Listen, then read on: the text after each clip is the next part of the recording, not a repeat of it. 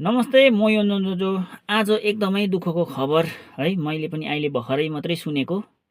हाम्रो गोर्खे सन्तान इन्डियन आइडल जो चाहिँ विजेता हुनुहुन्थ्यो 2008 को सिजन 3 प्रशान्त तामाङ, उहाँको चाहिँ अचानक हार्ट एट्याकको कारणले गर्दाखेरि मृत्यु भएको भन्ने खबर जानकारी प्राप्त पाएँ र मलाई चाहिँ यसको विषयमा सानो भिडियो किन बोल्नु मन लाग्यो भन्दाखेरि चाहिँ उहाँ चाहिँ हाम्रो दार्जिलिङको गोर्खे सन्तान है, दार्जिलिङको गोर्खेको नामबाट उहाँले चाहिँ विश्वभरि चिनाउनुमा सफल भएको थियो हाम्रो गोर्खे सन्तानलाई है।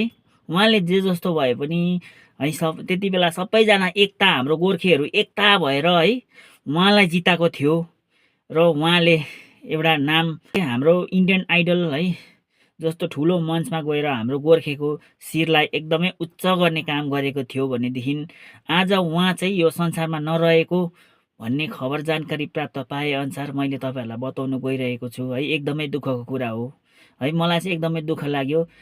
त्यस कारणले गर्दा उसको आत्माले धेरैभन्दा धेरै शान्ति पाओस् भनेर मैले यो सानो भिडियो बनाएको तपाईँहरूको माझमा ल्याउन चाहेँ है।